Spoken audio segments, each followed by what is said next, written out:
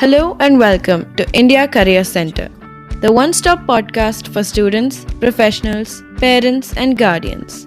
In every episode, we will try to deal with a current topic that needs expert advice related to career guidance, and career mentoring. Please welcome your host, Dr. S.B. Mishra, to the show, and happy listening.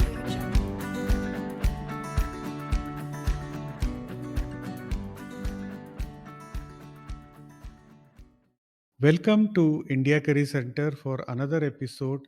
We have today Mr. Bibaswan Ghoshal from Canada. Bibaswan has over 12 years of experience in bioscience in both industry and academia, including his expertise in bioinformatics, digital health, and commercialization. Currently, he is working as a director, market acceleration at Ontario Bioscience Innovation Organization, where he leads the Early Adapter Health Network, that program that assists the adaptation of innovative Canadian technologies in Canadian health system. Prior to Obio, he was working as a research commercialization manager at Center for Addiction and Mental Health, where he managed and commercialized new innovative technologies and startups in neuroinformatics and digital mental health. Before that, he was working as senior bioinformatician at Mount Sinai Hospital, where he was integral part in producing high quality publications. He obtained an MSc in psychiatry from University of Alberta and is currently obtaining his PhD in bioinformatics from the same university. Vivasan is also a co-founder and president of Edmonton Movie Club, a Canadian non-profit organization that promotes Indian regional language movies in Canada with a mission to bridge cultures through cinema and host Indian Film Festival of Alberta annually. Along with his career, Bivasan is also involved in science communications through his social media, blog, and poetry. Bivasan has featured in several media interviews, podcasts, and science communication shows and has received multiple awards and accolades from various granting agencies in Canada for his academic and social work. Welcome, Bibasan, to India Career Center.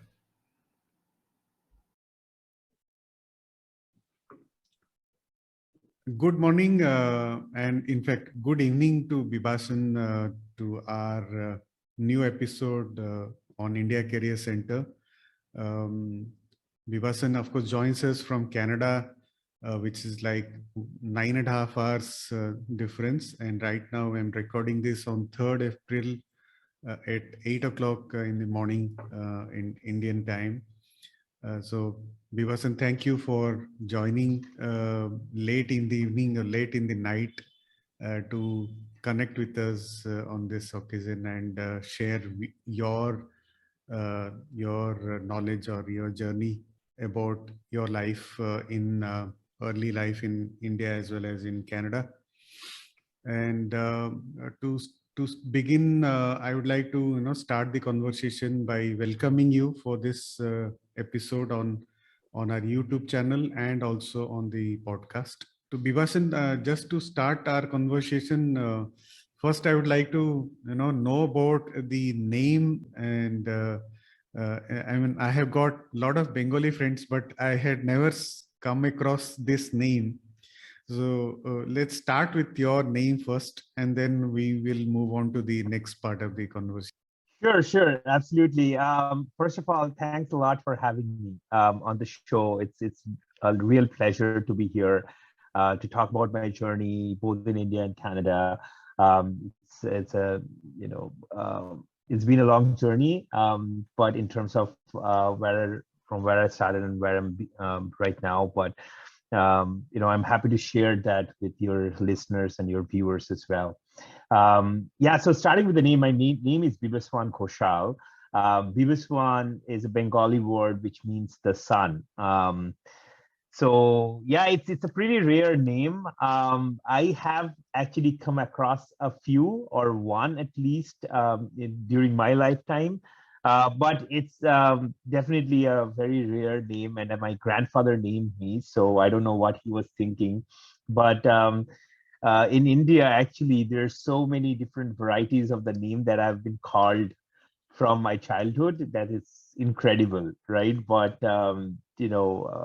it's okay, right? And I don't blame him. It's just it gives me an advantage when I'm getting email IDs from my companies because there's no one else, right? So I always get my first and last name in every company that I've worked in, and it's even in the universities. Interesting. And is it something related to a particular day on which you were born or something like that? I mean, obviously, it means No, what's the yeah, significance of it?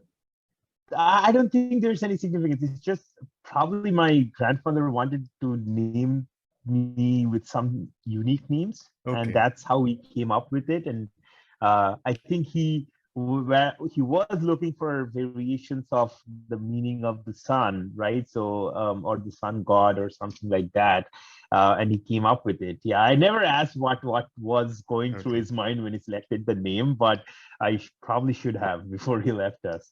Good. So we will move on to the next part. I wanted to touch upon the early life in India.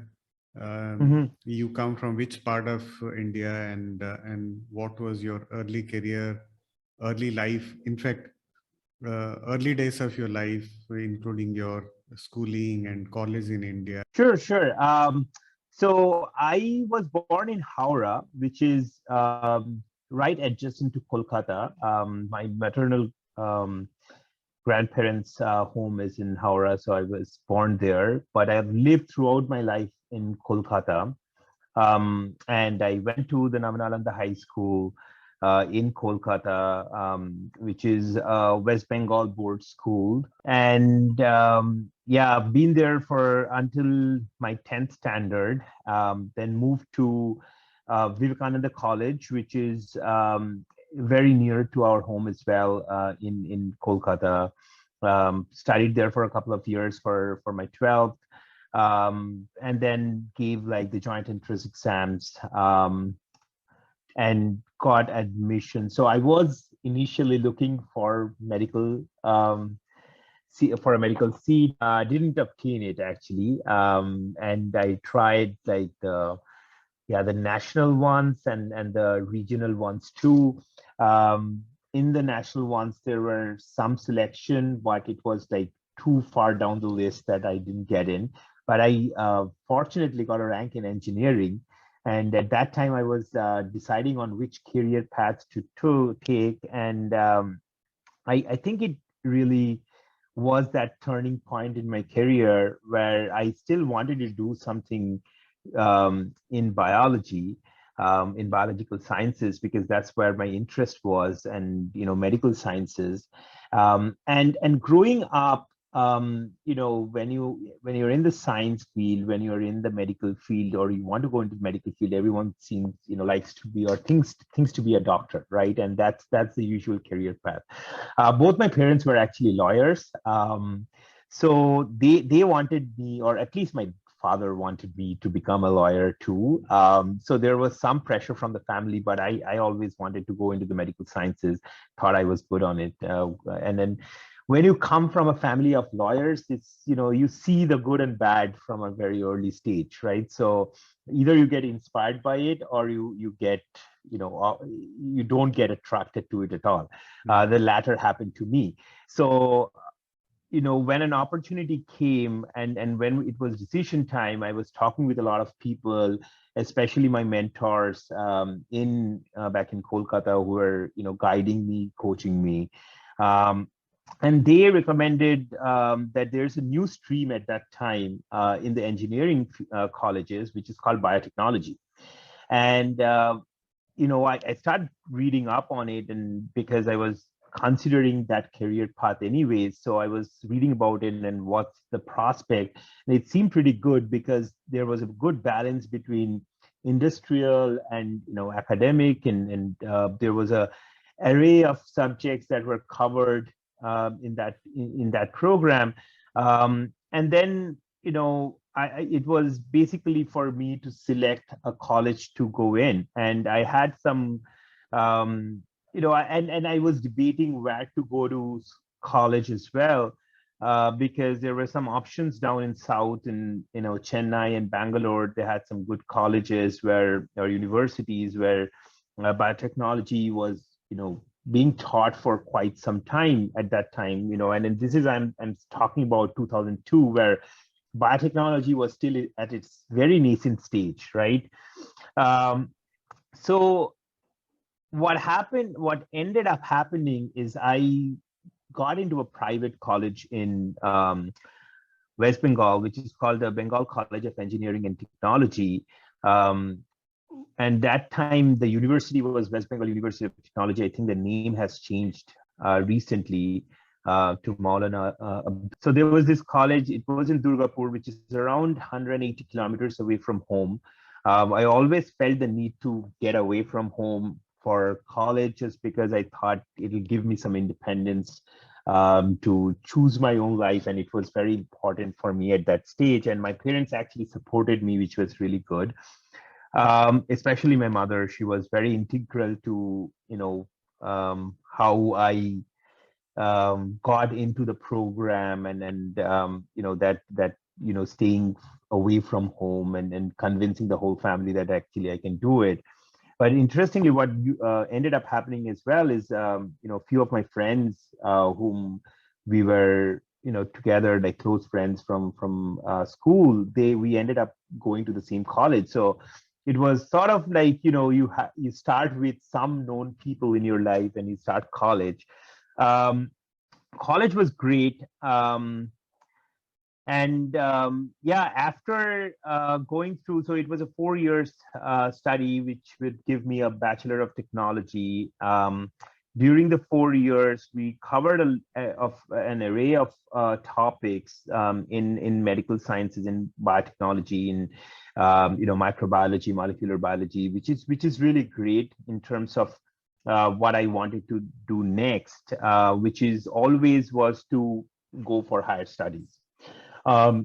So I felt like, because I knew that doing just a bachelor's won't be enough for me to satisfy my thirst of knowledge, but and to be fair, biotechnology was not a field at that time that would land you a job right away, although it did for some of us. And what ended up happening is there's campus interviews that happened with tech companies, and TCS, which is the Tata Consultancy Services, they came to our campus, and I sat for that GD and Q questions, or whatever, like the knowledge questions, and then GD, and then there was a round of interview, and I got a job in TCS as a systems associate, or which is the starting job of every IT professional in like private colleges. So I got the job, but I still wanted to do studies, for higher studies. So I was still trying out for that. And eventually I actually joined TCS for about 9 months. What also happened during that time, and the reason I'm mentioning this, because these were very critical experiences for me going forward as well, because I also got a job during the last year of my study in the Wipro BPO section, right? So and TCS during that time, that was a time when there was some recession going on in the US, so it was affecting businesses in TCS. So they delayed the joining of all newcomers by 8 months or so, right? So we graduated around like May, June, I guess, of 2008. And they said, or TCS said, that we cannot give you joining until like December. So I still had the Wipro BPO job, which was, helping us to join right away. So I just jumped onto that job, and I learned a lot from it. Especially there's trainings on like US, like North American culture, how things are done. You talk with a lot of North American people while fixing their computers, but it also learn I also learned how to fix computers, which is great. It's a skill that I think everyone should have, just because in a tech world, if you can do certain fixes to your computer, it's always great. But it was also an exposure for me, to train in talking, and be respectful to other cultures, to talk in with them without feeling alienated, right? And that gave a lot of confidence to me as well. In the meantime, as I was saying, I was already preparing for coming abroad. So I was giving the exams like TOEFL and IELTS and TOEFL, and which are like English proficiency exams. I was preparing for the GRE as well, but fortunately I didn't have to go through that exam. So I joined TCS in December, and I completed my training in Trivandrum, which is their largest training center or ILP center in India. And then I was posted in Chennai for about 4 months. And during that time in Chennai, actually, I was still looking for positions, and I obtained a position as a master's student at the University of Alberta. So I left the job, got my visa, and arrived in Canada, in Edmonton, Alberta. Okay, so that's quite interesting. So I want to pick up few points from here. So you mentioned that Sure. you wanted to basically take up medical, but you didn't get a good slot. So which is why you took up a alternative engineering career, which is related to that. In fact, very interestingly, I don't know whether you keep a tab on what's happening in the Indian scenario. So even today, I think about close to 15 lakh students appear for the entrance exam for medical seats in India. And to the horror of everybody, the total number of MBBS seats available is only 88,000 in India right now.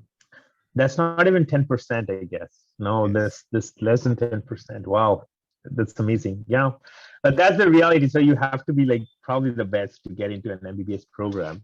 And that's why I have a great deal of respect for doctors. And eventually, in Canada right now, I ended up working with a lot of doctors, so I have even more respect for them. But it's incredibly difficult. You're right; it's incredibly difficult, and I wasn't like it wasn't that I wasn't talented or anything, or I didn't study or nothing like that. It's just that it's just damn hard to get into medical field or getting into an MBBS seat.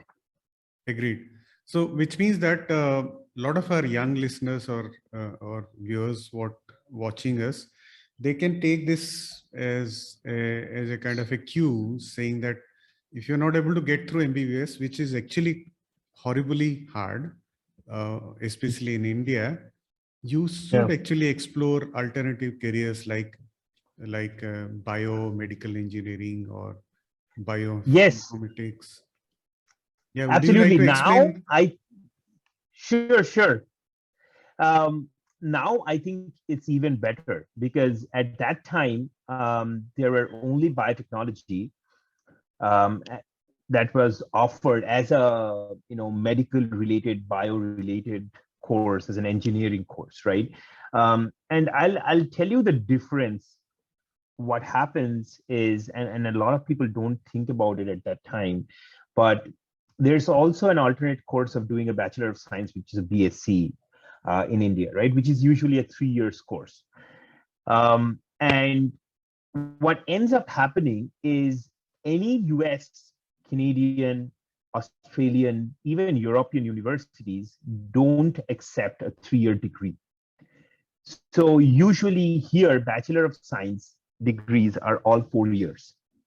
So none of, like, for academia or getting into a master's program, it becomes impossible for a BSc graduate to come here, just because that they haven't done that 4-year degree. So they have to put another couple of years to do an MSc, um, and then they get qualified for applying to master's programs or PhD programs in anywhere else in the world, right? And I'm talking about Europe, Australia, and North America, because those are the only locations that I tried for.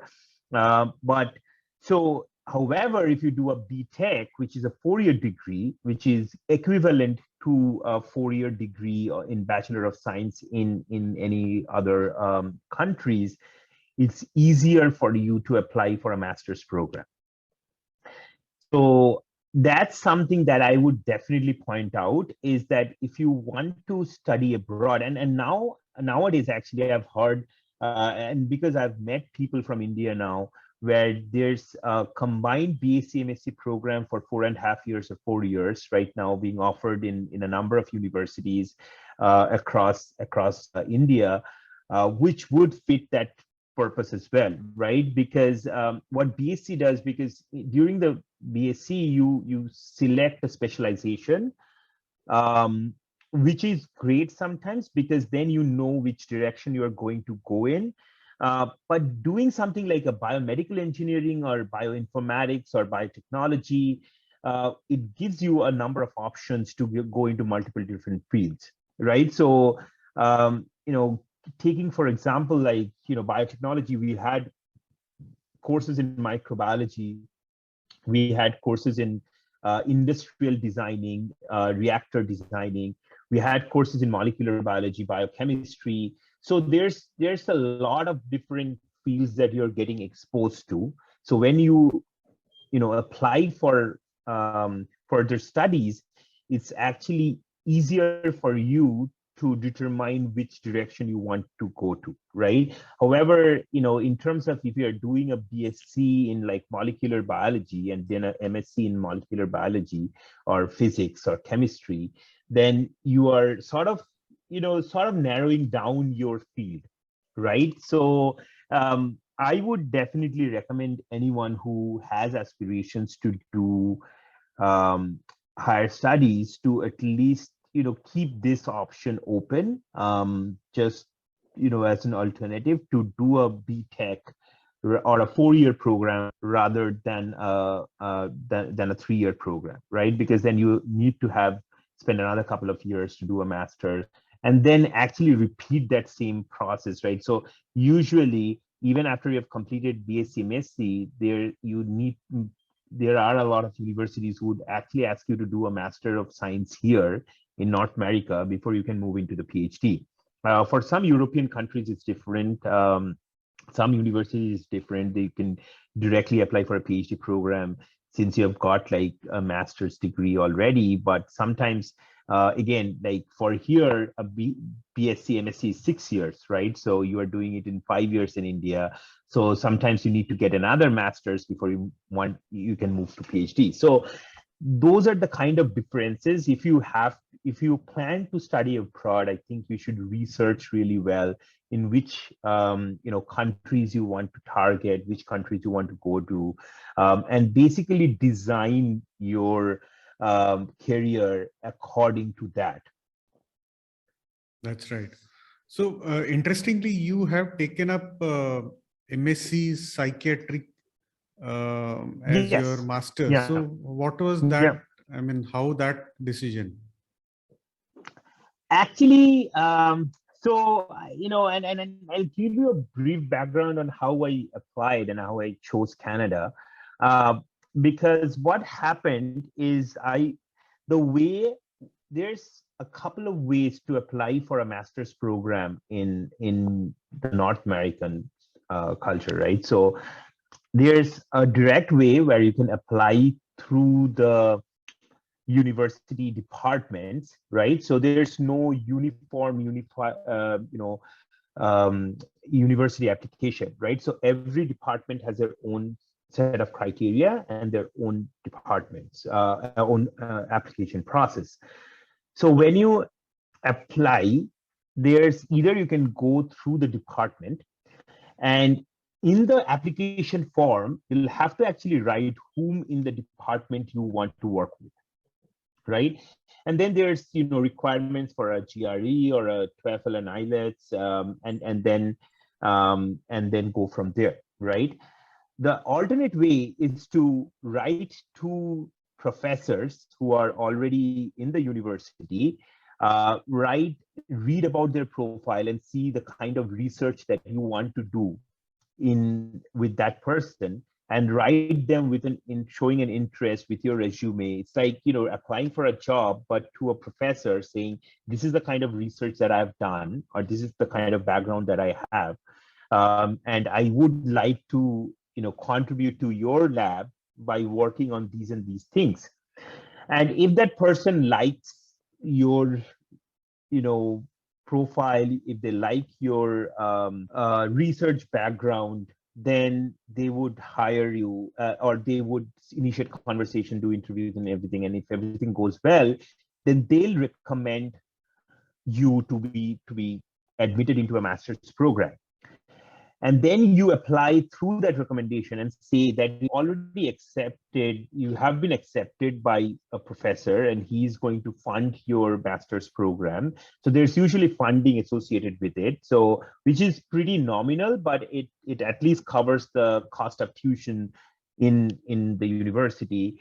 And then you get paid a stipend every month, right? So when I started, my starting salary was 7,500 per year.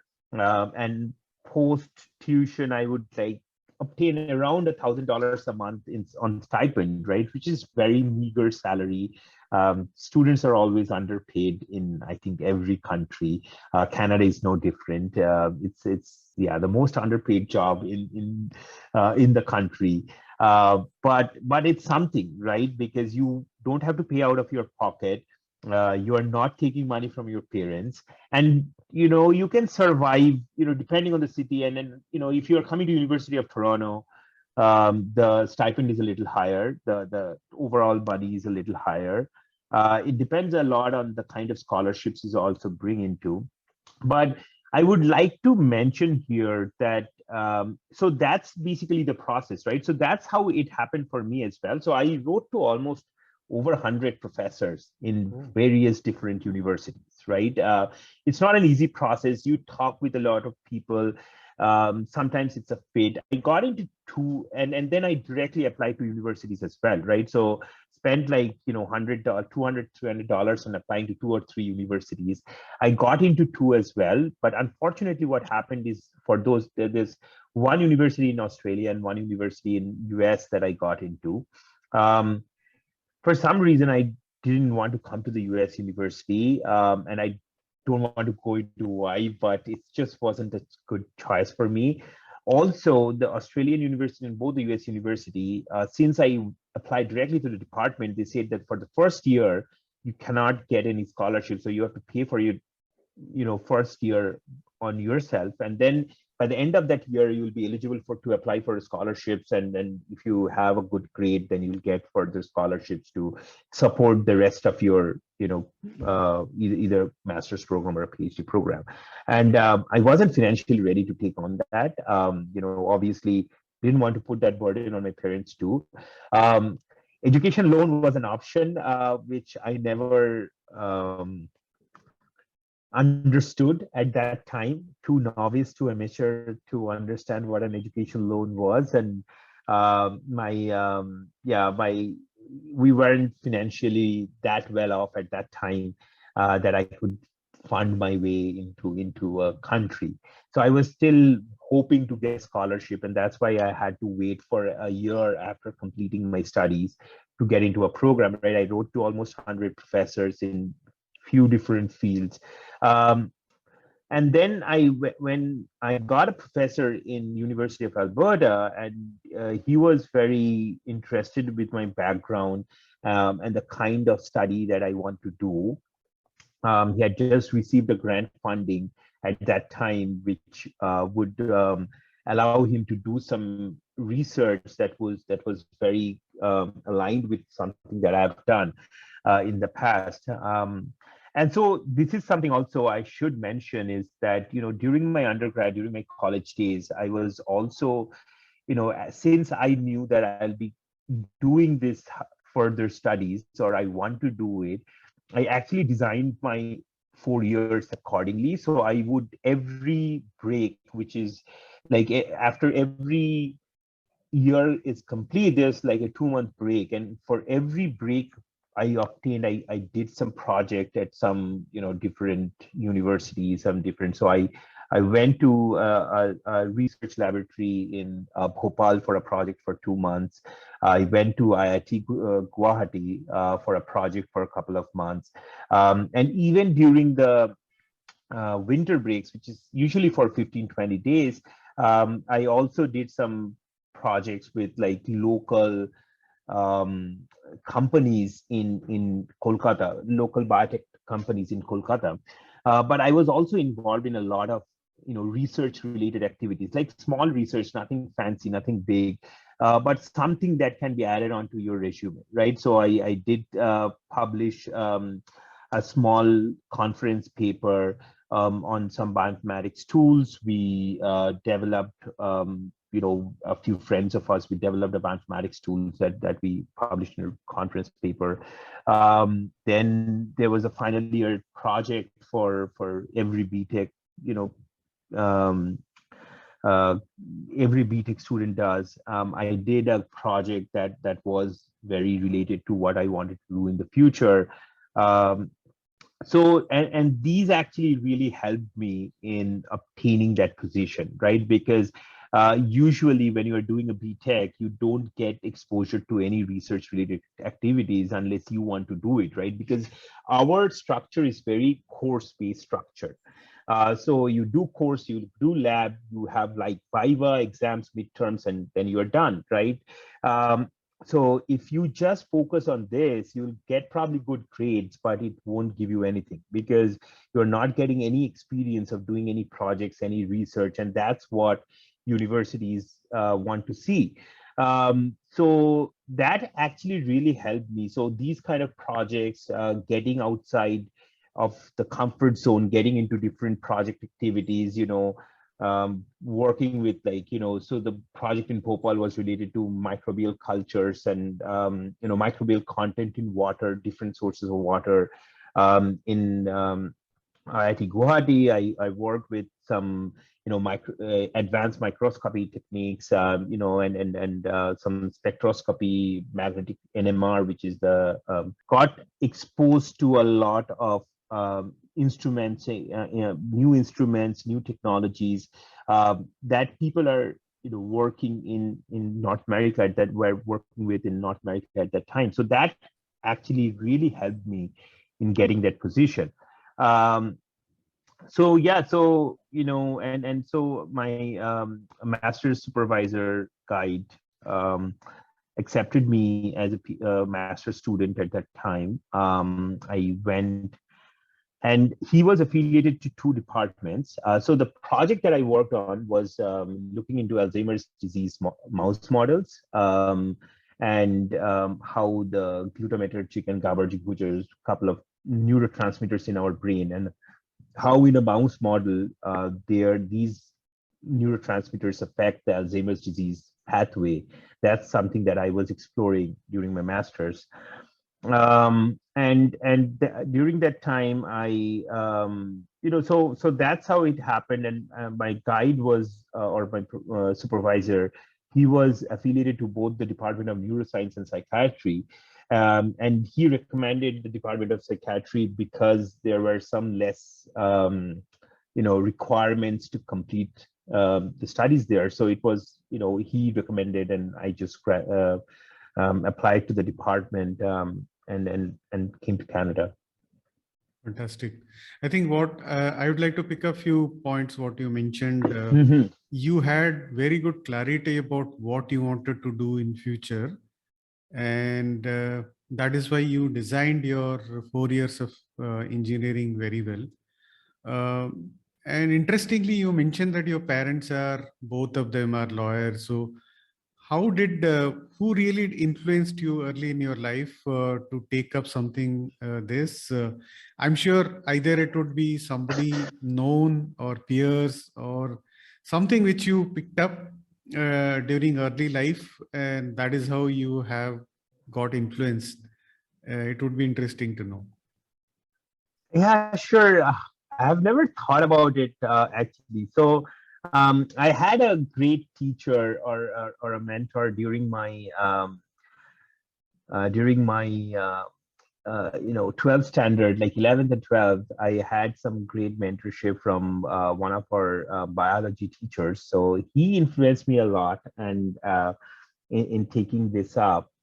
But yeah, initially, I don't know what triggered me, but I was very interested in biology and medical sciences for a long time. It just fascinated me. I don't know why, but animal science, human science, medical sciences, how the human body works, it's always had fascinated me, right? Especially the brain, right? And I don't think we have even figured out 10% of how the brain works yet, right? And that's always fascinated me on how the human body works. Like there's so much, like from a tiny single cell to like a grown up body like this. It's an incredible journey of an organism, right? And even that, for every mammals, every organisms actually.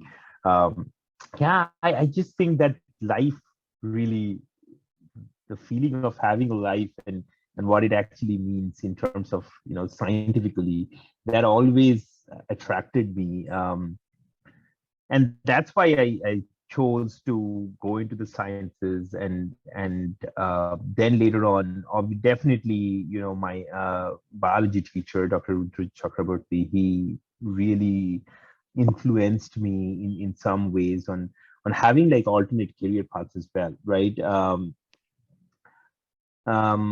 Also, I would definitely mention that one of my cousins, he was he went to UC Berkeley. He was in IIT Kharagpur and went to UC Berkeley.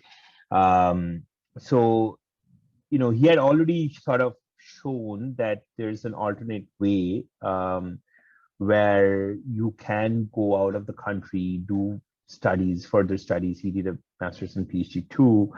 So there was that alternative pathway. So I knew about that. And then I had done my own research on where to go, but he was in a completely different field. He was, I believe he was in computing science or something like that. I don't believe IIT even offered biotechnology at that time, so that wasn't even an option. But yeah, there might be. I don't even remember. I don't think I even tried for IIT. The maths never helped me go there. But yeah, there was an opportunity. Yeah, I didn't think that. Obviously, it was difficult, but to get into a university, um, especially coming from a private engineering college. The structure, it's not very structured. There's not, no, I have met, during when I came in, I met people with IITs, I met people with NITs, like we were doing studying, graduating, studying and graduating at the same time. I had a lot of friends from these universities, but what I understood later on is that the only difference that it makes is that they have a very good coaching, mentoring from an early stage, and they are exposed to the processes, right? So on how to go for further studies abroad, and they're well versed in it. There's the university has tie-ups with, because it's IIT or it's NIT. These universities have definitely tie-ups with a lot of other universities abroad for doing projects. So I have friends who had even, the project that I did in like IITs and, the laboratories in Bhopal, some of my friends had done, who came from like IITs and NITs, had done projects in like Italy and, Europe and other areas of Europe and then, US. So those kind of opportunities, there's like exchange student programs between these universities, which we never even got exposed to. So for us, it was a completely new world, right? And we had to navigate a lot um, on our own. Fortunately, couple or three of my seniors actually, who were a couple of years senior to me, they in college, and we had like an amazing relationship. They actually got into the University of Alberta, and so I had stayed in contact with them, so they knew what's going around. So they actually guided me a lot during my undergrad days. They were like they still do actually. We are still well connected. We ended up living together for a few years before my wife came to Canada. So they're like brothers to me. So they actually, even after coming to Canada, they mentored and they helped me a lot. So they were very instrumental in guiding me in how to navigate the system. So these kind of mentorship is not available uh, in private colleges, because there's no culture of further education. Most of the time, people do an engineering degree to find a job right away, right? Or do an MBA and then get into the corporate, which is totally fine. But however, there's that not that culture of doing further studies. Um, so that's something. Yeah, if they wouldn't have come first, I don't know how they came, and how they navigated the system, because it would have been even more difficult for them. But if they hadn't navigated through the system and guided young fellows like us, it would have been extremely difficult for me. I knew the process. I knew what to do. I had a plan set from the beginning, but they helped me a lot. Yeah. I was very fortunate to have such mentors, such seniors, such brothers in my life. Yeah. Fantastic. Fantastic. I think it's really fascinating to dig into different rabbit holes of your life. Yeah, yeah, absolutely, absolutely. Yeah, there are quite a few. Yes. Yeah. So now coming to, so you have finally been accepted in the University of Alberta and you arrive in Canada. Yeah.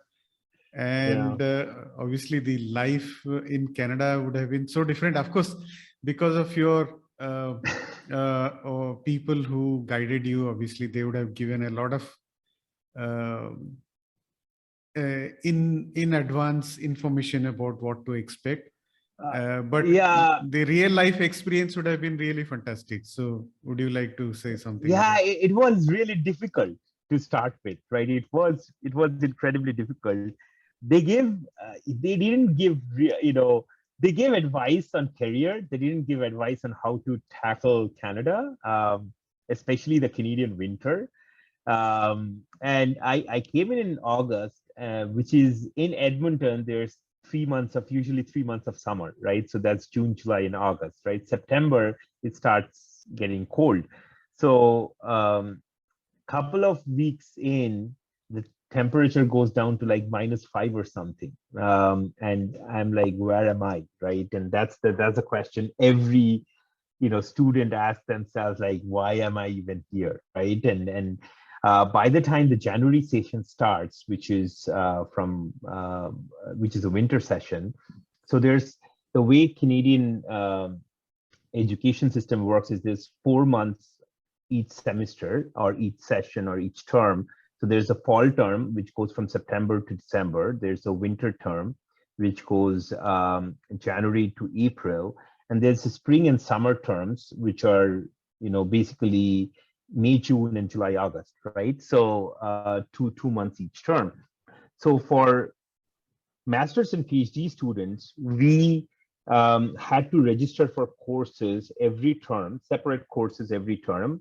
And there were like a minimum number of courses that you need to do, which is a little bit different from the US system, because the number of courses, so US system is more focused on the first year is mostly courses, and then you do research on the top of it. Canadian system, for the 2 years, there's the focus is on the research.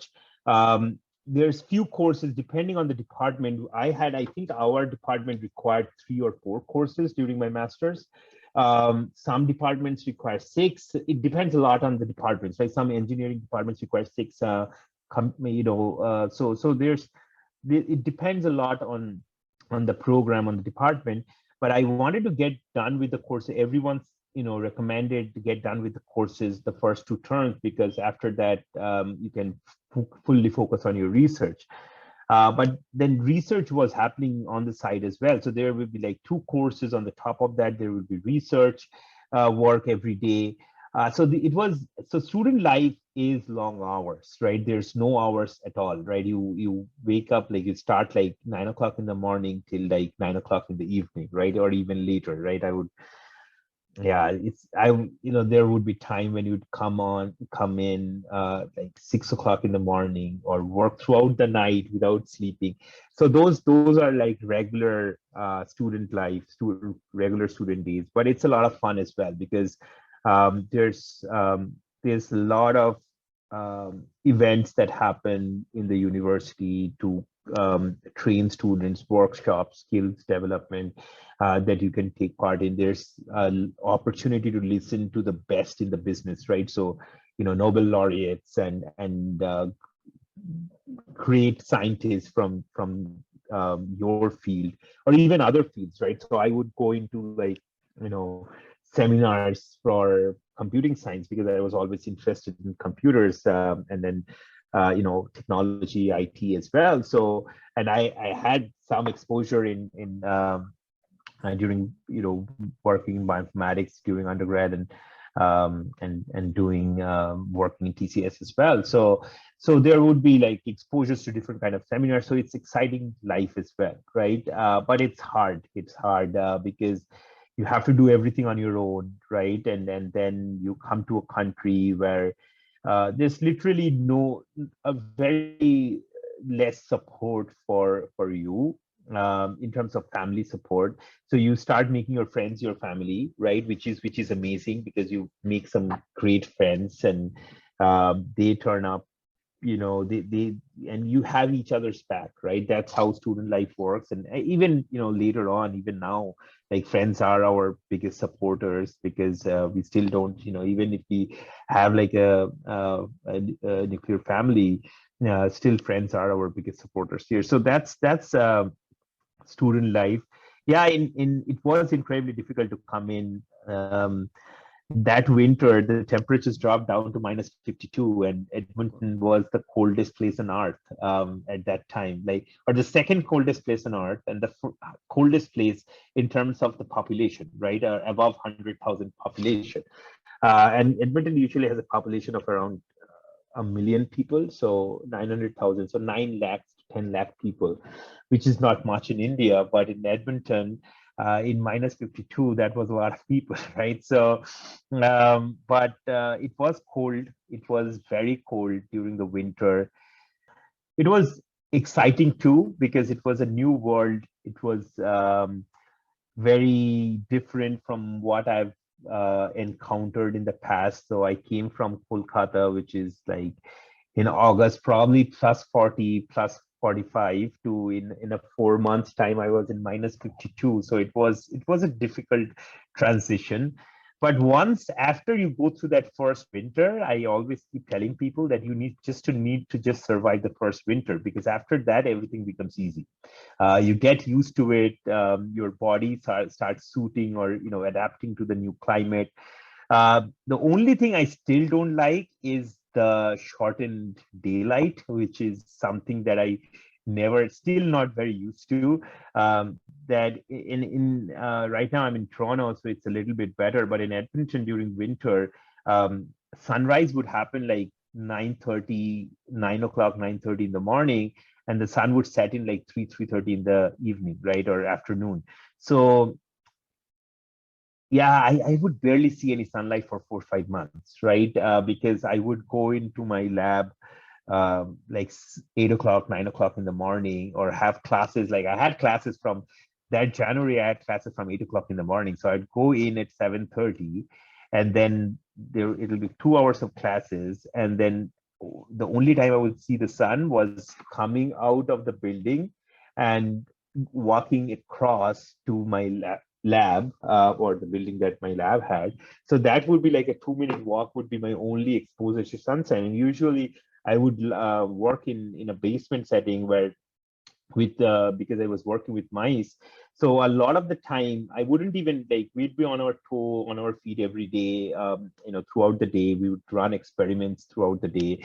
So we were literally always on our feet, not watching what's happening in the outside world.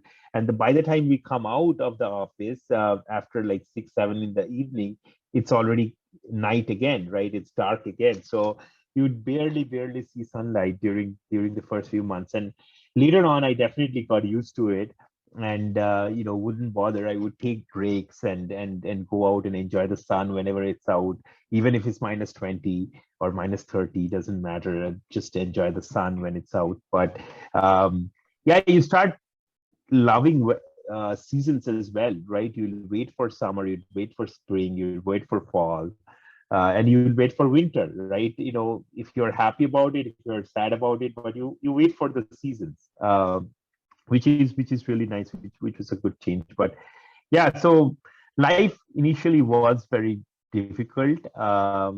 Again, I had support, I had people already here who knew people here, so it was easier to get into you know make new friends and everything. But I had my own people as well. There was like very nice people whom I was working with, so it was a nice environment altogether. So it helped me really get right, because that was something different. What I mean, just to pick up few points, what you mentioned. So, networking in advance is something which is very important. So, any Yeah, young person wanting to take up higher studies anywhere in the world, I think start networking as early as possible, so that yeah, you're able to understand what to expect. And also now the information is much more available. I think this particular yeah, conversation absolutely. is in that direction to really spread the knowledge about what to expect, Yes. especially in Canada and specifically in Alberta. Yeah.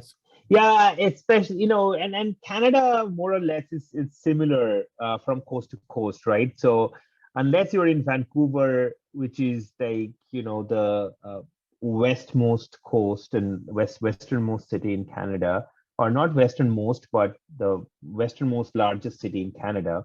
Um, the weather there is a little bit better because it's right beside the sea. So they get a lot of don't get a lot of cold, but it's rainy weather, like it's like London weather throughout the year, which is, again, some people like, some people don't. It's a very beautiful city, but the weather is sometimes, it's gloomy most of the time. um, and then you've got, like, Toronto in the east, and then further down in the east, there are the eastern maritime provinces as well. The weather stays more or less the same, like, the in Toronto, you get a little bit more summer. You get, like, instead of 3 months, you get like 5 months of summer and 5 months of winter, and then 1 month of spring and fall, but which is really nice, and it does not get as cold. But I feel like it's very windy here.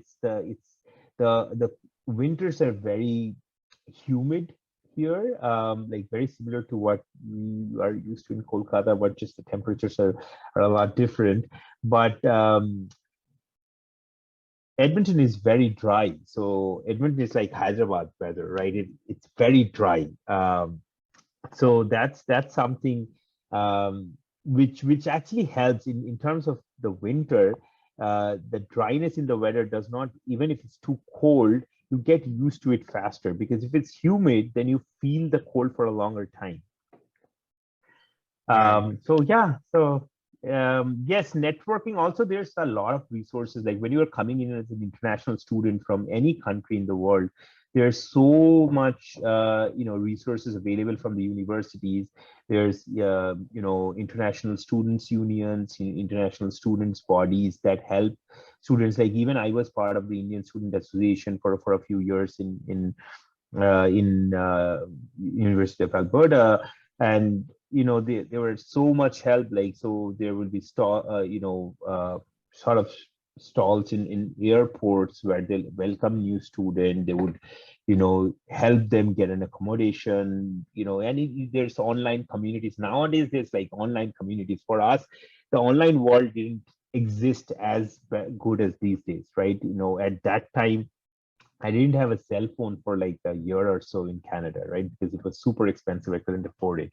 And and we would like call back there right now. Like I can just pick up my phone, do a WhatsApp call to my mom. And during that time, we used to have calling cards where you would call like a number, and then you'd have like specific number of minutes to spend every month, and then you will call a number. So I'd call my mom or my grandmom, and it'll be just a phone call like for 3 to 4 minutes every week, right? Or maybe 10 minutes every week. So um, it was a different world at that time. Now you just pick up your phone and do a video call with your mom, right? And on a regular basis, and you don't even have to pay for it as long as you have got data or Wi-Fi, right? So yeah, the world has changed a lot from Quite a that. bit. Moving on, University of Alberta, that's where you took up the masters. And Yeah. so during your master's program, obviously you mentioned that you got paid a small stipend amount, and Yeah, mostly yeah. your tuition fee was also funded. So Yes.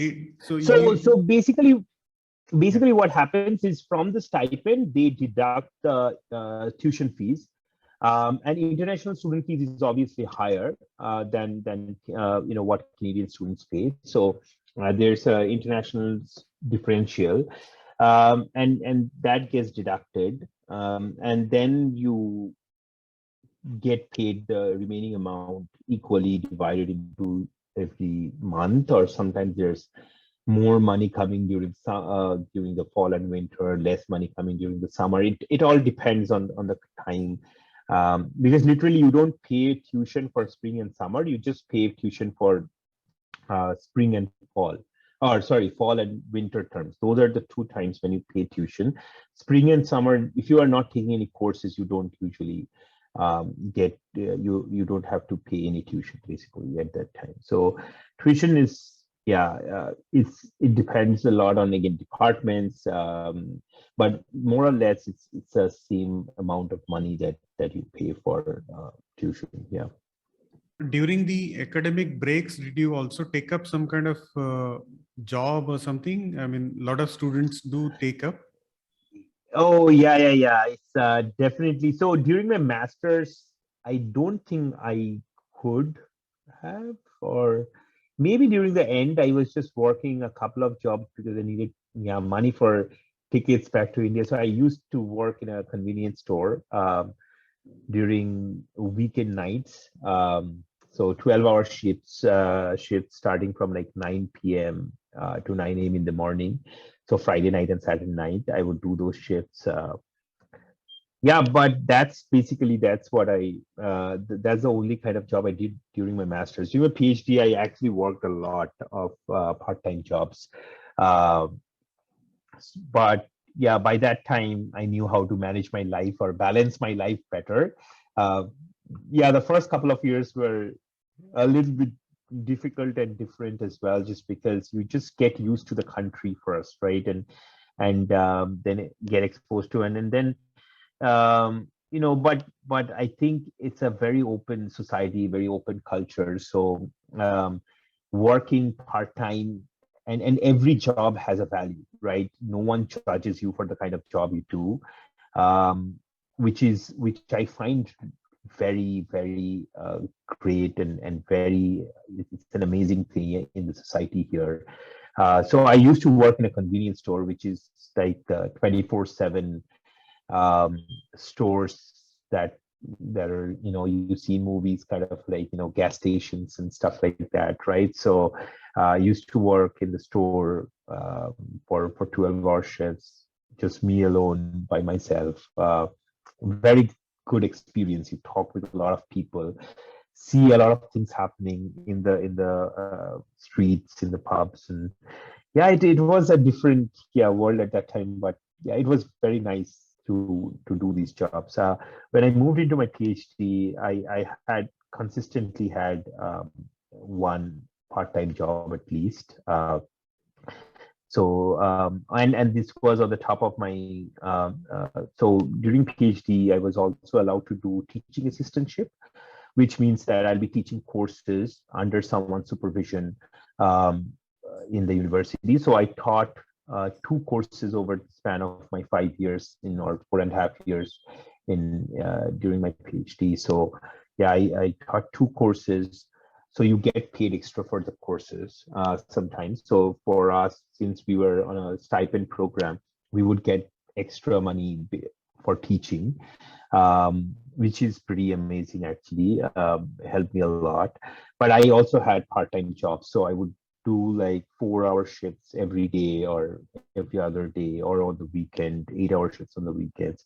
I used to work in a eyeglass company. So we used to make eyeglasses. So like something like this, like I used to make glasses. And before that, I worked in a student calling program as well, where you would call alumni and ask for money from your university. It's a program run by university. And it's run by students basically, and they were basically fundraising for or getting donations for the university from past alumni. So you get a lot of networking out of those kind of jobs as well. But I also, yeah, I did a lot of odd jobs. I worked in that eyeglass store for almost 3 years or something. So I always had something on the side to do. Did some, exam invigilations as well, which would be like, hourly jobs as well sometimes. So yeah, there were a lot of extra odd jobs that I would do just to get some extra money. Fantastic. Now we will move on to the and before we go to the next one, I also so the core difference between the Indian system and the North American system is basically a lot of it is research based. They focus more on the research rather than just on the course. Yeah, so that's, I think the primary difference is there. However, there are courses here as well. So there are MINch programs. Yeah, there are some master's program here which are completely course-based as well. The only difference is you won't get any money or any scholarship out of them, right? They are like fully paid by you. So if you can afford it, it's like doing an MBA, right? So even in MBA, you can get like smaller scholarships, but they won't pay for the whole. They won't pay you a stipend basically. There are scholarships available. Yeah, I applied for a number. I got during my PhD, I got a number of scholarships as well.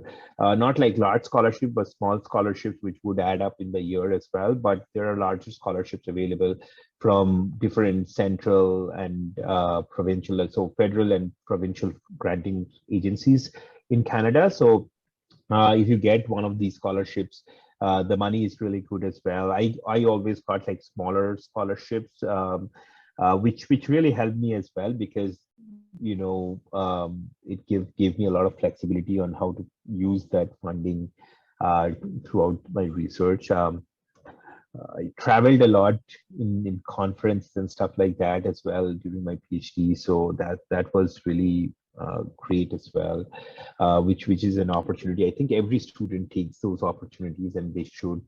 There's a lot of opportunity to travel, meet new people, do networking, and basically public speaking as well, right? Because those are the skills that you need to learn, irrespective of you're in academia or in the industry. So in terms of differences, I think not to criticize anything, and I haven't kept myself updated on the progress of Indian education system over the last 13 years. So I don't think I'm the right person to compare. But what I felt from my personal experience, I felt that we grow up in a very, or I grew up in a very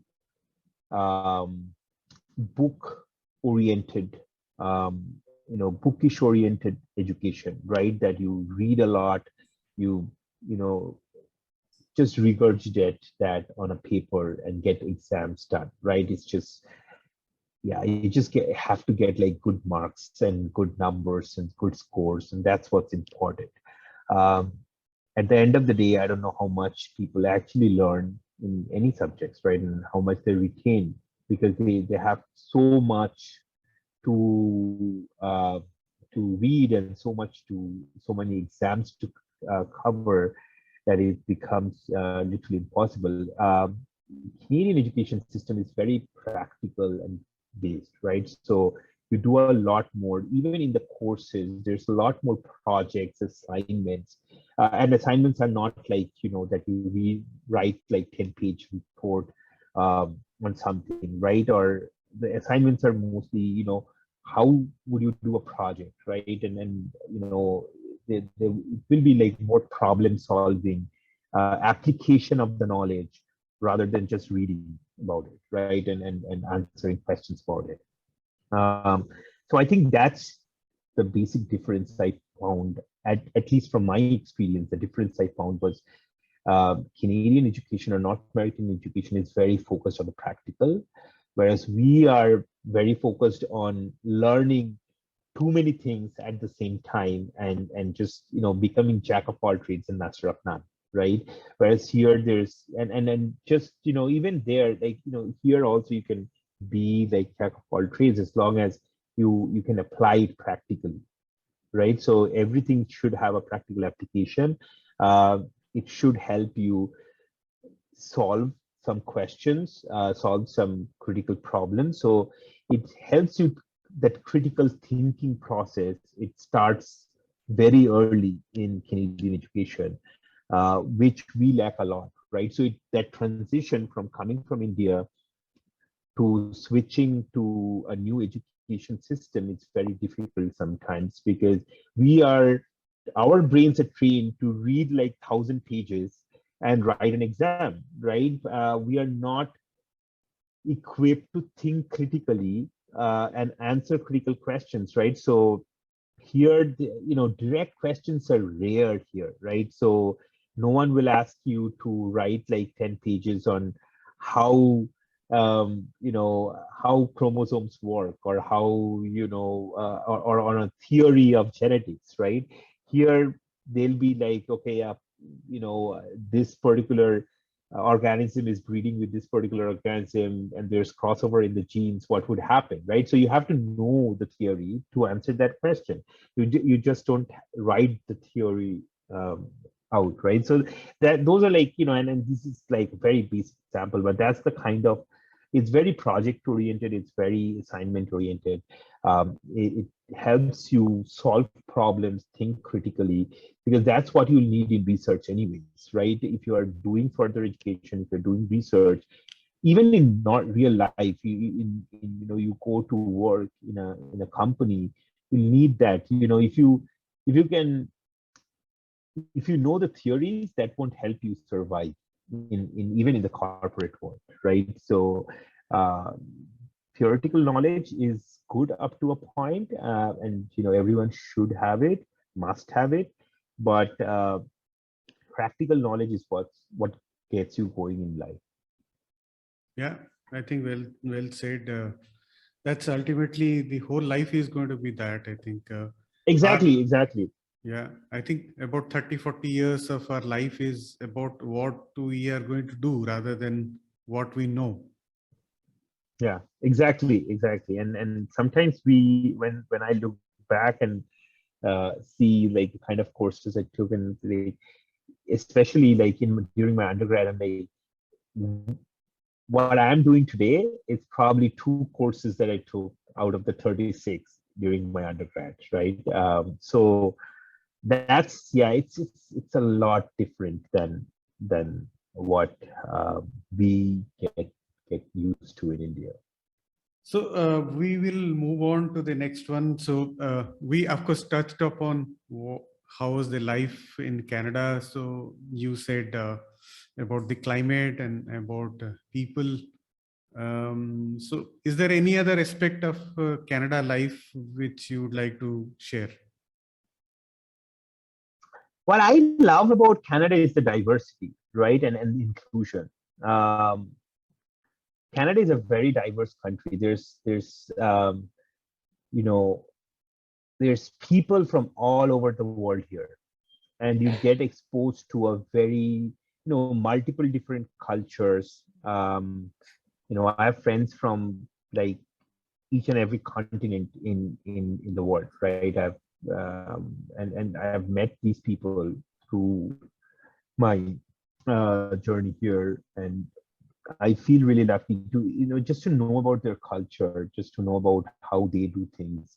And then there's when they come to Canada, they all bring their own, like we Indians, we bring our own culture. A guy from Europe, or like, any country of Europe, like an Italian guy, or even somewhere, someone from Australia or someone from China, they bring their own cultures to Canada, and then they'll assimilate themselves into the Canadian culture, and it'll be a fusion, right? So everyone brings their own heritage, their own culture, and then gets assimilated into the Canadian culture, which I find really fascinating and amazing, right?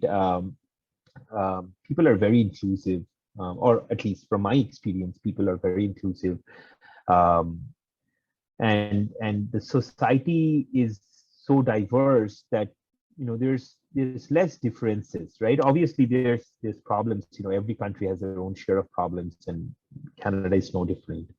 Um, but I think the diversity and the inclusion is it makes all the problems seem lesser and lesser every day, right? And then obviously, we are going through a bad phase at this time, in terms of like the world is going through a bad phase at this time. So, or we are just on the process of recovery. So things have been difficult during that time, but I think as a society, as a country, Canada is always stuck together. Very nice country, very polite people.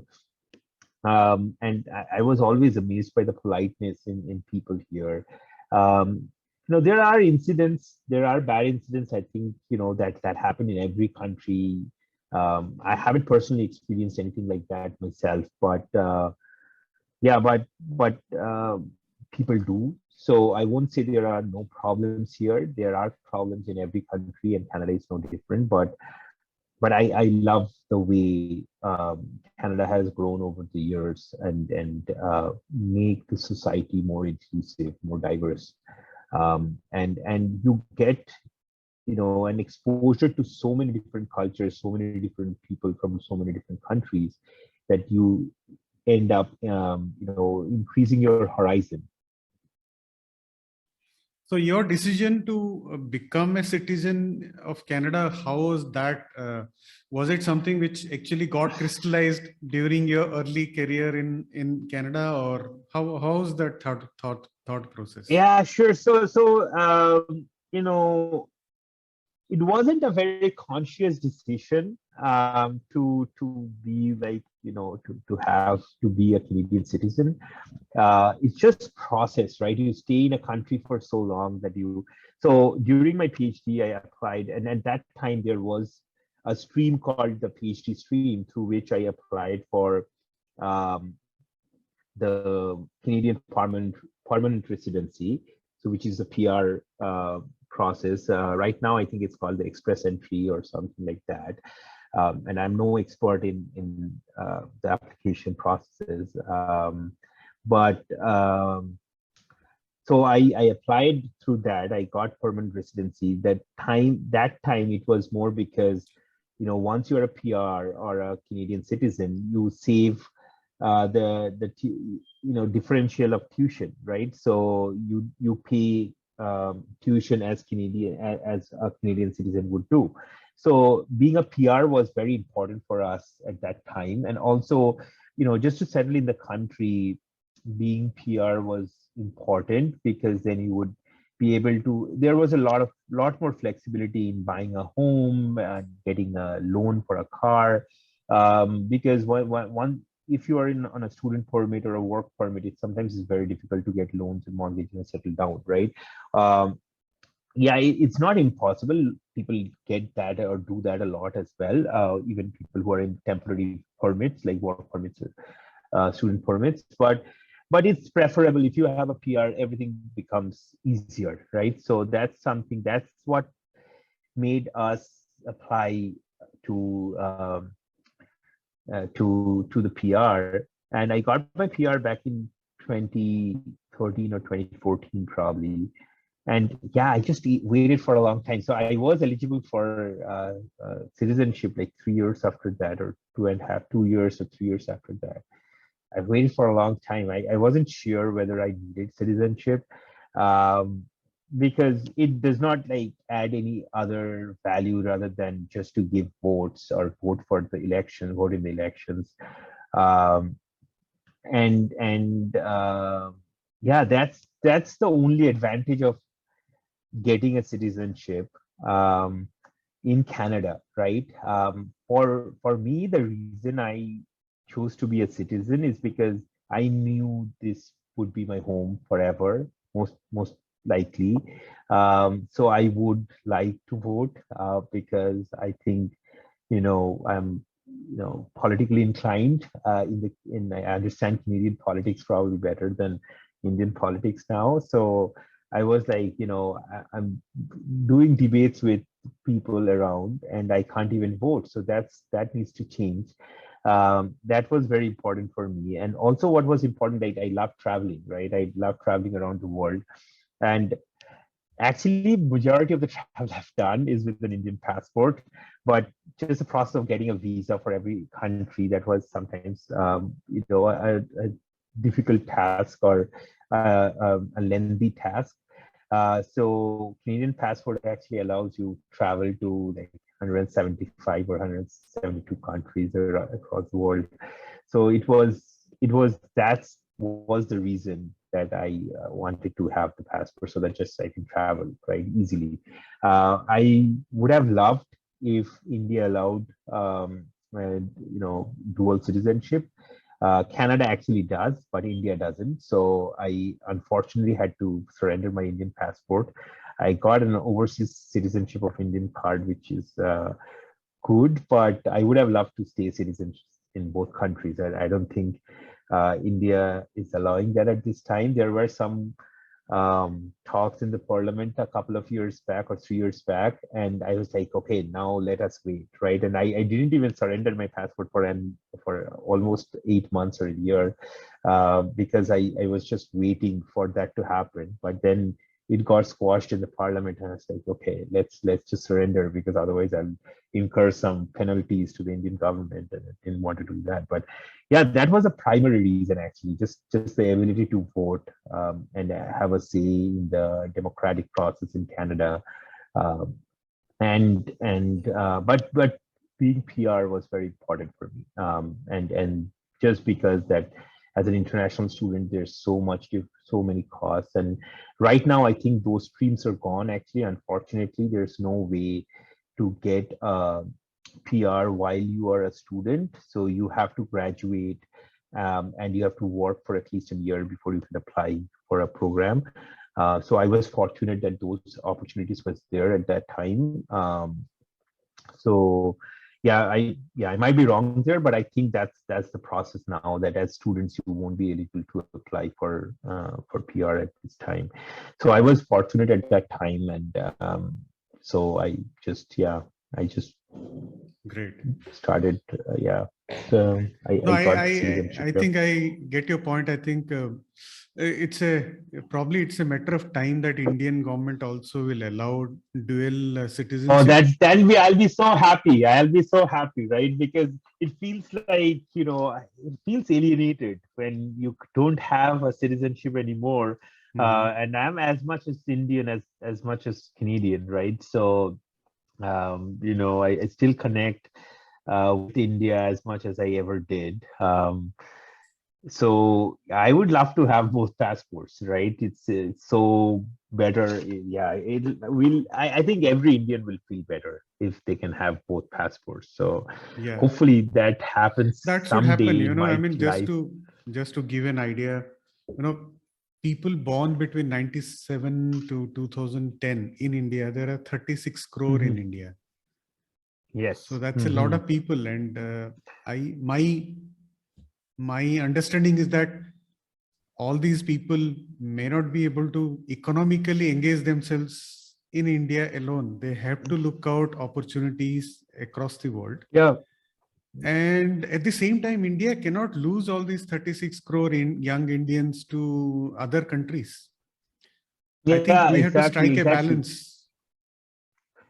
Yeah, so and that's one of the problems, right? As a Canadian right now, if I want to consult in India or I want to do some consulting in India, it's literally very difficult just because, I can't I'll need like work permits, something like that, just to consult for a company in India. So it virtually becomes impossible to contribute to the country Absolutely. when you're here, right? So it's like you have chosen a different country, so you are not welcome in India anymore, and hopefully that changes I'm sure. in the future. But I'm sure that's going to change.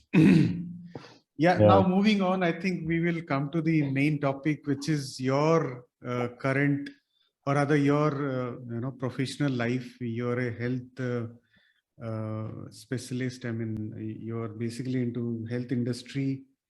You're into bioinformatics. You're into digital health and commercialization. I think that's the current profile you have.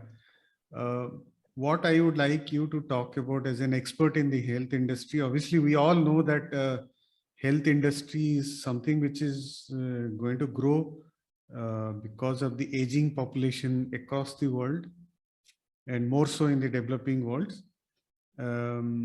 So, if you like to give us an overview of what to expect in the health industry, starting from now, say for yeah. next 20-30 years, and what are the different opportunities, what the young people of India should be looking at in terms of Sure, sure, shaping their absolutely. career.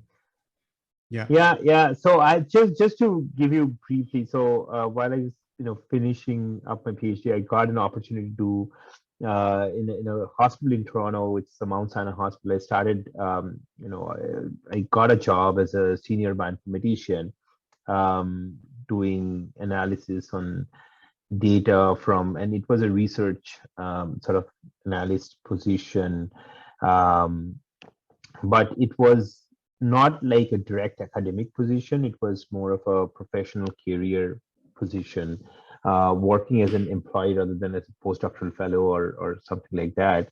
Um, and then, and I did that job for like about 3 years, and I was working in the field of cancer research, and bioinformatics, and then moved to completely to the industry oriented roles, right? So I was the manager research commercialization at the Center for Addiction and Mental Health, which is the largest mental health research hospital in Canada. And what I was doing is basically evaluating intellectual property that's coming out of the university, or the research institute, not the university, but the research institute, and taking it into the market, right? So that's something that I always wanted to do, is to translate research into something that's usable by people, right? Tangible, Because something when tangible. during, yeah, that's something tangible that can actually impact the lives of the patients. Because in research, we answer a lot of questions, which is important, right? And we understand how things work, how we can prevent diseases. But then um, seldom, like only 1 or 2% of the research gets translated into something tangible, right? And I was always interested in that translation. Um, so I was in that position for a couple of years. I'm still, associated with them, um, but then I got this very interesting role as a director of market acceleration for a nonprofit organization called Ontario Bioscience Innovations Organization. And I moved to this position around 4 months back. And right now, I actually help Canadian technologies, Canadian healthcare startups, um, to bring their innovations to the healthcare system, or to the hospitals, to the clinics, etc., and get adopted and procured in the country. So In terms of the healthcare industry, I think the last 2 years have shown us that what's important, right? Which is the health and health. Um, the industry is just going to move forward with that, right? A lot of people, the world has understood that without the proper infrastructure, the proper resources,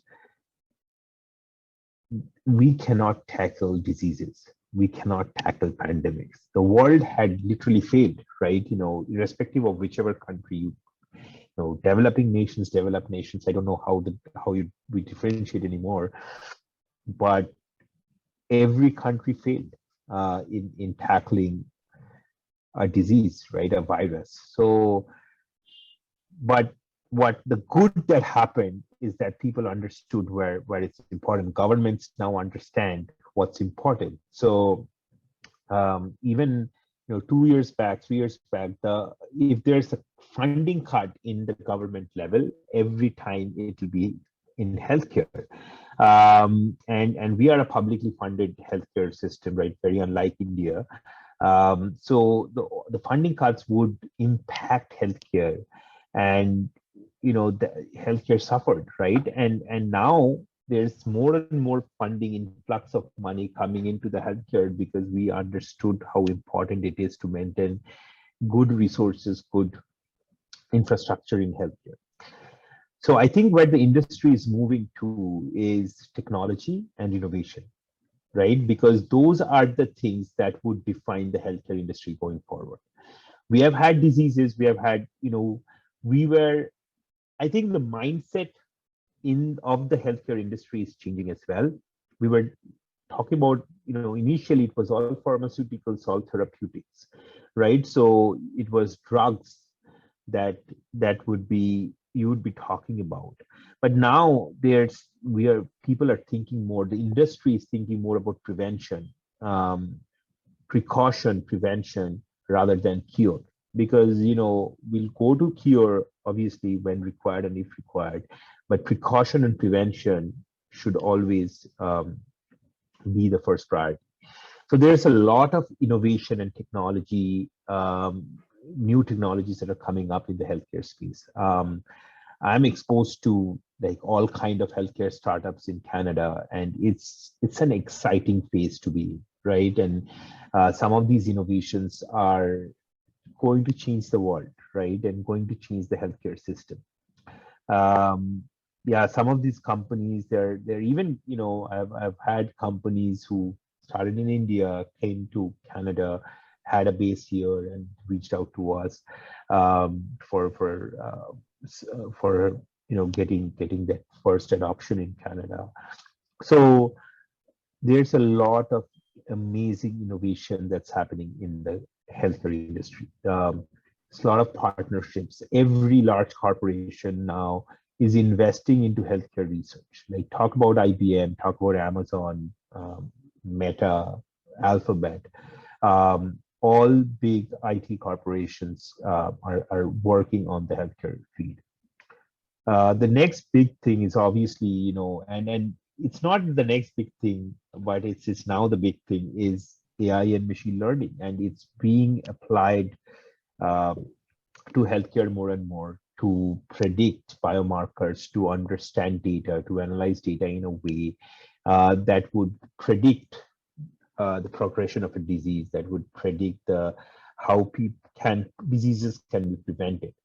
We are seeing a lot of digital health apps. We are, and we are seeing a lot of digital innovations happening, connecting patients with care providers, patients with physicians, doctors, so that they can stay connected during a care process, right? And it's not like, you go to a doctor and they write you a prescription and then you are done, right? There's a pathway to get cured. So those changes, those little changes, we are using mobile technology now. There's apps for everything, right? So there's, digital health is becoming the new trending thing in healthcare. There's a lot of innovation. There's new medical devices coming up. There's new digital health apps that are helping patients, patient remote monitoring of patients through using sensors, AI-based models and sensors. So it's an incredible time to be in the healthcare industry, and I think the push or the lessons that we learned from COVID, obviously some of it is going to revert back, right? We saw an unprecedented event that was, getting a vaccine approved by the FDA or Health Canada or any regulatory body with and doing a clinical trial in like 6 months. Usually, the time it takes for a vaccine to come on market is usually like years, right? And then within 6 months to a year, we had a vaccine that was rolling out. Like, and not only one vaccine, we had like 4 or 5 vaccines that were rolling out at the same time. So that was a huge change. That was a huge change, and actually COVID helped us show that this can be done, right? So however, whether it's going to stay, I don't think so, because to do a large scale clinical trial just for COVID, other clinical trials for other drugs were stopped, right? That was the number one priority.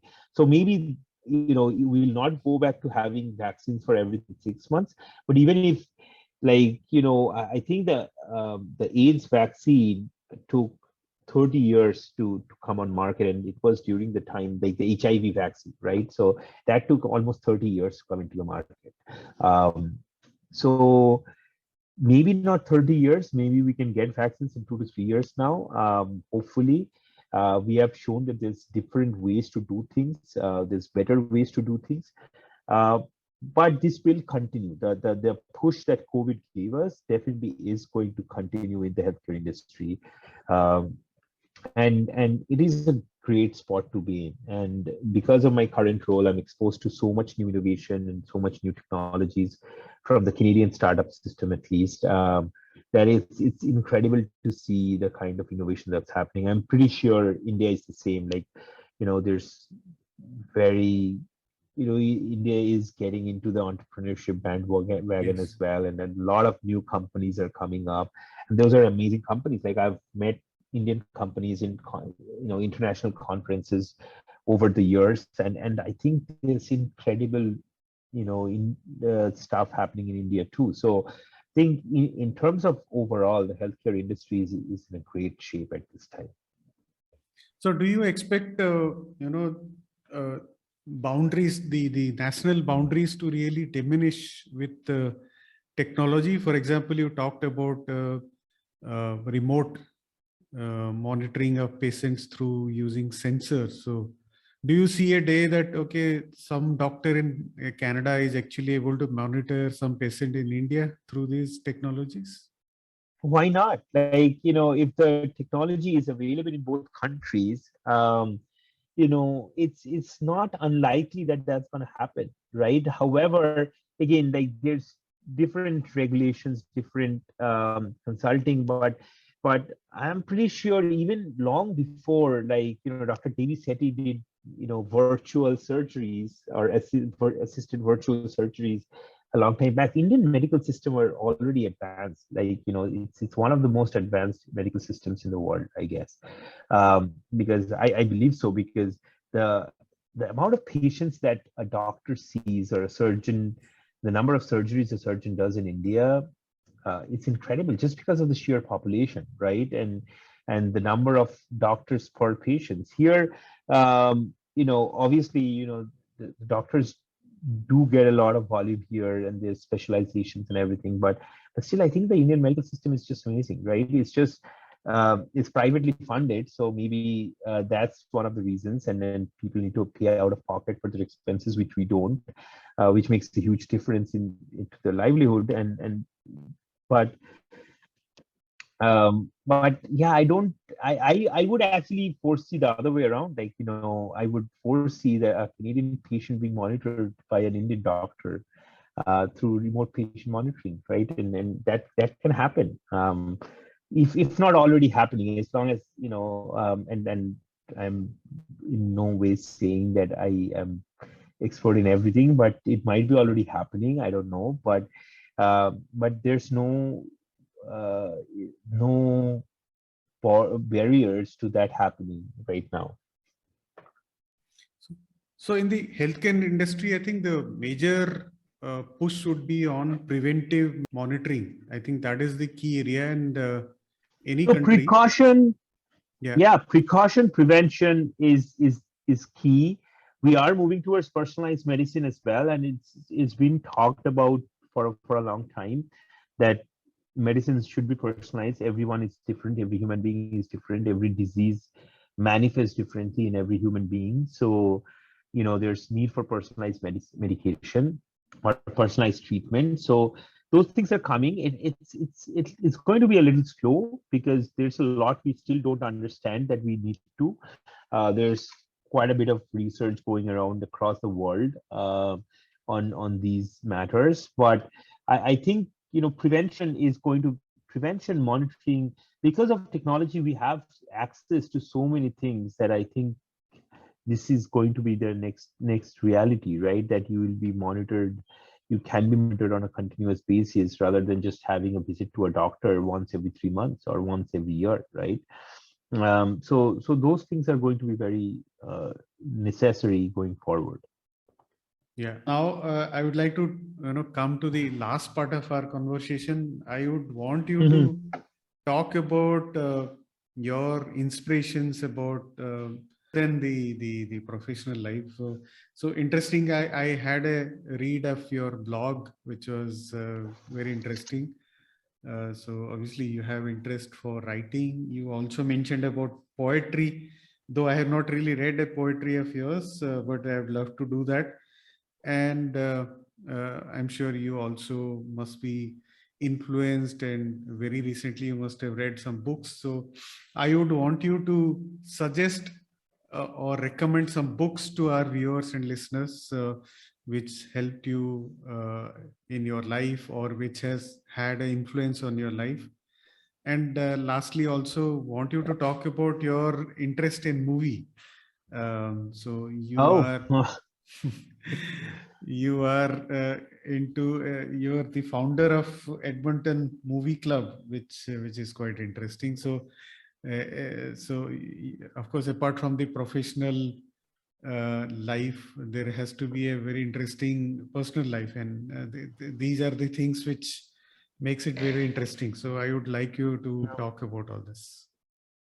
sure, absolutely. Where do I start from?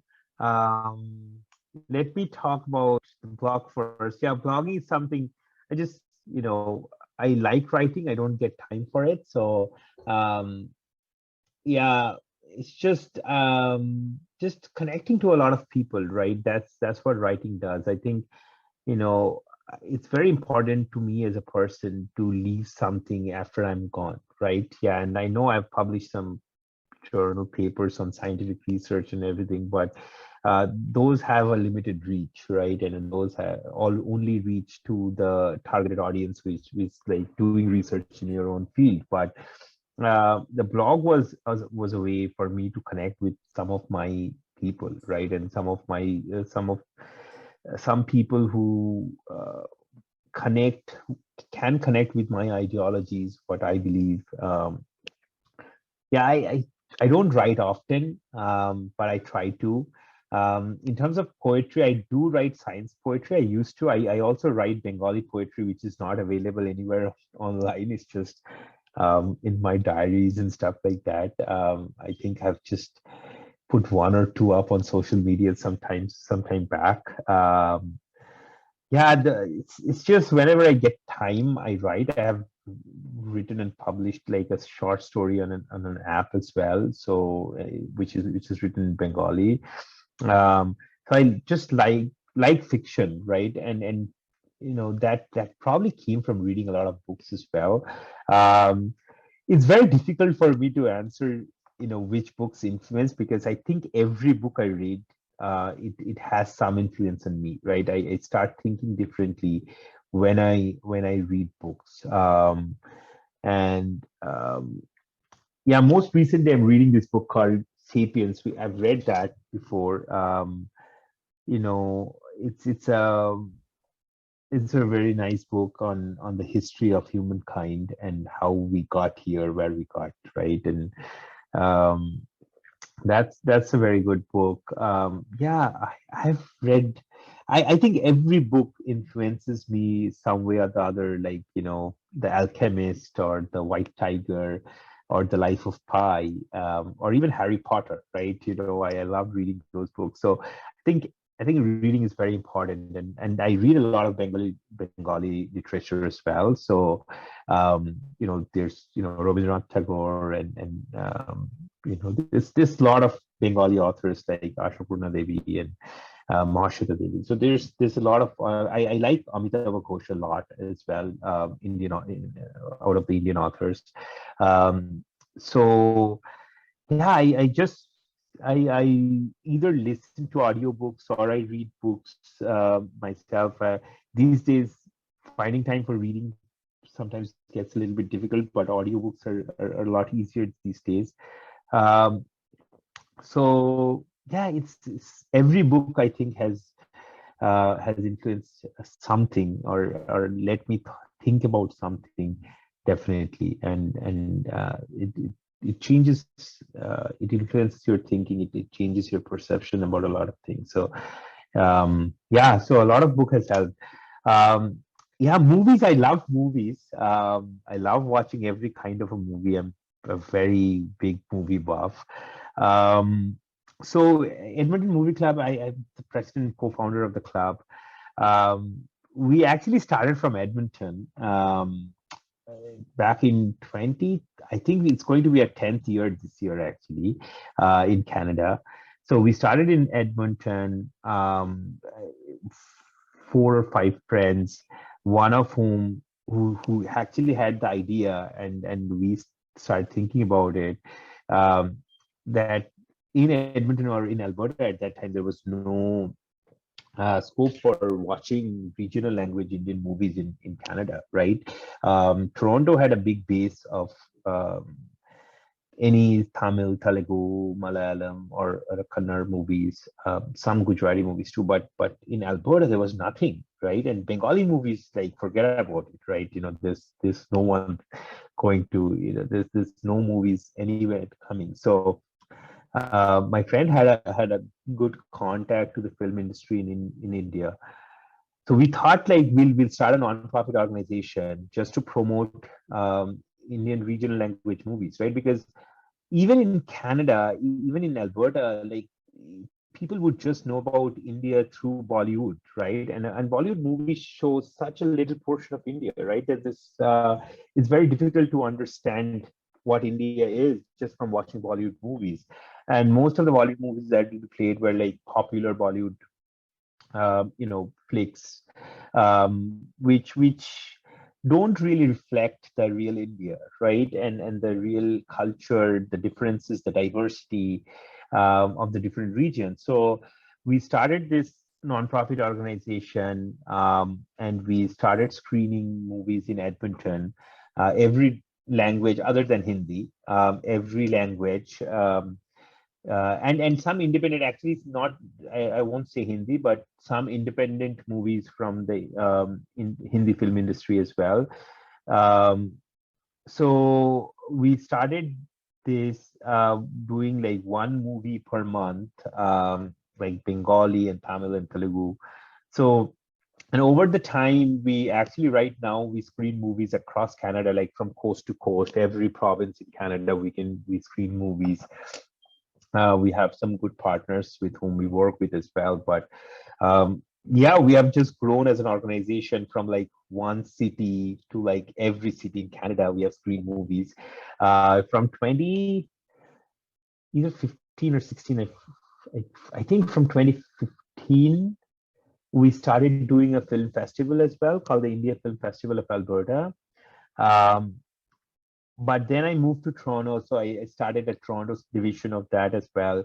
The film festival, yeah, it's the one of a kind film festival where we screen, like, multiple different language Indian movies in Canada over a period of like multiple months or multiple weeks actually, and it's a moving film festival, which is very rare. That we do the film festival in few different cities in Canada. So last year we did or not last year, couple of years back. Last year everything was virtual. Last couple of years where everything was virtual, but we usually do it in like 6-7 cities in Canada, one after another. Yeah, we have got some good actors, directors, producers from India too, from every industry.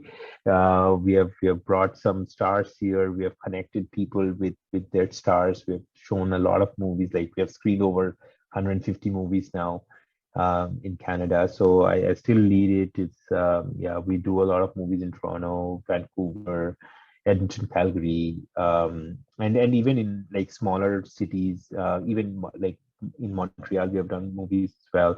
Even in like smaller cities, whenever there's a need, we do movies. We do Hindi Bollywood movies these days as well, but in areas where there's no access to those movies in like the regular theaters, we do those smaller cities in Alberta. But yeah, it's just yeah, there's some way I felt like I should give back to the community, and that was my way, right? And then that is something I figured out that that could impact a lot of people, and sometimes the feedback we get or I have got over the years doing the film festival and doing movies in Canada was amazing, right? I really enjoyed people connecting with people, their expression when they could watch their favorite stars on the large screen, because it's a different experience. Like you can watch all the movies on Netflix and Amazon Prime, but just seeing a movie on the large screen, it's a big difference. It's a big motivator for a lot of people in the community. And we grew up in a culture of movies, right? Irrespective of wherever you are from India, every region, every state has their own culture of watching movies, right? And that's something that connects people. That's like community building. And also, our vision or our mission is to bridge cultures through cinema, right? So we have facilitated production of an Indian movie in Canada as well. We are currently producing our own short films in Canada. So it's been an incredible journey just to support that. A lot of Canadian people have actually applauded us. We get a lot of funding through the government to do the film festival, to continue our programming, because that there's a need of this for not only local people or not only the Indian people, but or Indian origin people, but also for the local people. They want to see different kinds of movies as well, and like movies like Bahubali was like crazy hit here. Like even Canadian people watch that movie so many times, right? So there's there's a need for these kind of activities, because it promotes cross-cultural harmony as well. So that's something that we wanted to do through this movie club, and yeah, it's been really great. Now, this is something I had not planned, but I'm really tempted to ask you last two questions. Okay. Talking to last, I think we've been talking now for about 2 hours now, and yeah. and it looks like whatever I've been able to understand from this conversation, you have been through a very interesting life so far, and I hope at some point of time you should pen it down. It is so much of interesting facts, which I am sure you should actually leave it as your legacy for the future generation. I don't know whether you have thought about it. And the second one, I haven't. I'm not that old yet. I think. No, I you are guess not. I'm not that You're old not. yet. Of course, I'm not. I'm not saying you're that old, but I'm No. saying. I'm just kidding. Yeah, I'm just Yeah. saying. Maybe 20, 30 years down the lane, I would, but I'm still in my mid 30s, so haven't thought about penning down anything, because it's still a work in progress, right? Oh, And I no. want to see where I can go further and how I can contribute more, and then maybe, yeah, if my life turns out to be the way I really envisioned, and if I could reach where I really wanted, then definitely someday I would. But it's still a work in progress. I understand. And this last point, which I thought you are obviously you mentioned in your earlier conversation, would like to debate. Yeah. You would like to, which is why you took up Canadian citizenship as well. So at some point of time, do you consider political life as well? Uh, Very difficult question. Not really, because I think I work very closely right now.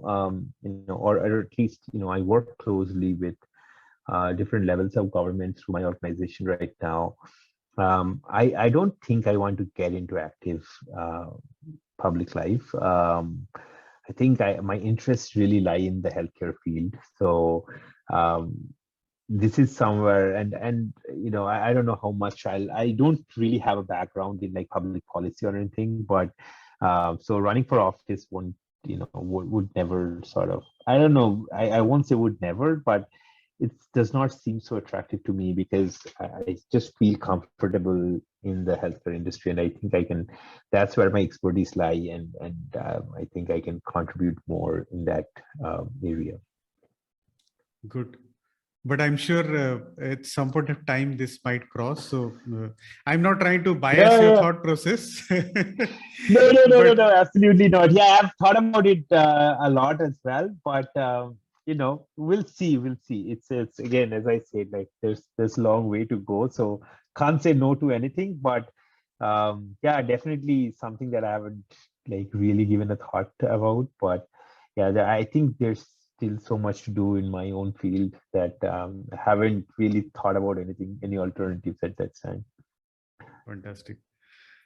So I think Bibasan, it was fantastic talking to you, knowing about different things about your life so far and your journey from India to Canada and to what you're doing right now. And you are a great inspiration for a lot of young Indians. I'm sure our conversation will reach out to a lot of young Indians who are trying to explore about their life, about their future. All of them may not really take up some line or some professional line in the direction of healthcare industry, but I'm sure the template what we talked about, I think that is very important. So irrespective of whichever professional life the young Indians want to take up, what I liked about the structure in which you have gone about designing it, and with a lot of clarity about what you want to do in life. That's so very clearly came out in the conversation. So thank you so much for joining us on this conversation. And would you like to also say any final uh, advice to the young Indians? Absolutely. Thanks. First of all, thanks for having me. It was a pleasure talking to you and sharing my experience. I don't know if I can inspire anyone, but at least if people feel, or in young Indian students, if they get motivated, or if you they feel motivated by the journey, it's a lot of struggle. It's a lot of it needs a lot of patience and perseverance to reach to do studies and come abroad and stay here, right? I don't think higher studies, it obviously gives you a lot of knowledge, a lot of research, expertise, etc. This also teaches you how to be patient, be uh, going through the ups and downs, failing number of times, because yeah, in India, I've never failed, right? And that first experience of failing at something, not an experiment not working, a paper not being accepted, um, it changes you. It going through that struggle makes you a hardened person later on, right? So, uh, as I don't know, advice, I would say having clarity is very important from an early stage, right? And um, just having a focus on what you want to do, just planning stuff, and obviously all of the plans don't always work out. Like I planned to be a doctor, didn't work out. And I think it was good because probably I wouldn't have explored so much and done so much if I would have gotten accepted in a MBBS program. So sometimes, you just need to believe in yourself, having that confidence, that self-belief that you can do what you set out to do is very important. And yeah, and having that, I would definitely Hope you recommend enjoy this students episode. nowadays We get into sincerely wish you networking, get could into take networking something from our early stage, conversation connecting with today people, and be able to apply it to polishing their your public life in a speaking positive way. skills, We being a value your good feedback. communicator. I This think can help that's us very improve important, our irrespective future of whatever episodes. profession you choose, So because share your thoughts to communication serve is you better. primary. If you want us to landing focus on a anything, topic right? Even if which you it's think is of academics, importance, you can let be us know. like the top We will student share our in your expertise class, in and future you can episodes. still not get a job just because you See you soon with a new topic well, right? and help So you in your public career speaking, journey. communication, those are like key skills that people should focus on early time, and transferable skills too. And we are so much focused on our education and background and jobs, etc., that we don't focus that how many skills that we can transfer from one profession to the other, right? So having backups, having alternatives, just being open to do and whatever is required to support your ideas, support your dreams, and just believing in yourself. It's that's my advice. Just believe, right? And have that confidence and communicate things well. Fantastic. It was absolute pleasure talking to you, Bibaswan, and we will try to reconnect with you with more such topics. I'm sure Sure. the health industry is so exciting industry right now. It is going through so much of innovation, so much of technology, and through you, we will try to learn more about what's happening in the health industry. Sure. And we'd love to do another long conversation to know just about Sure. the specific area of health industry and how it can help our young children to plan their career. Sure, absolutely. Yeah. That'll be a pleasure. Yeah, please feel free to share my Twitter and LinkedIn with your viewers and listeners too. I'll be happy to answer any questions that they might have and help them in any way I can. Sure. Thank you so much, Bibaswan. It was absolutely pleasure to talk to you. Yeah, same here. Thanks a lot for having me on the show. Thank you. Bye-bye.